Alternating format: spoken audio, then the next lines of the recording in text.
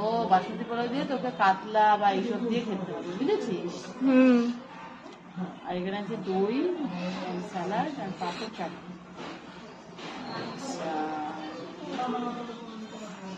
ভাত দিয়ে খাওয়ার মতো তো ডাল আলু ভাজা, তারপরে প্রচুর ভাপা, চিংড়ি ভাপা, কাতলা মাছটা মাছ তুই পোলাও দিয়েও খেতে পারিস, ঠিক আছে বললাম। তারপরে চাটনি পাপড়। পোলাও তো কি আছে কম্বোতে? কম্বোতে পনির, বাটার মশলা আর পনির। পনিরের আমার মাসি এখনো খেতে পায়নি বলে এখন শরীর খারাপ, মাথা খারাপ হয়ে গেছে। আর এদিকে মা তো ফোন ঘাটছে, শুধু ভিডিও রিলস। তাকাও তাকাও ওইদিকে। এইটা মহারাজ। আরে আসছে, আরো মেনু আসছে।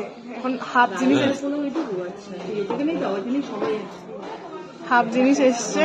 মহারাজ খানি কপালে মহারাজের এখন মধুবনী।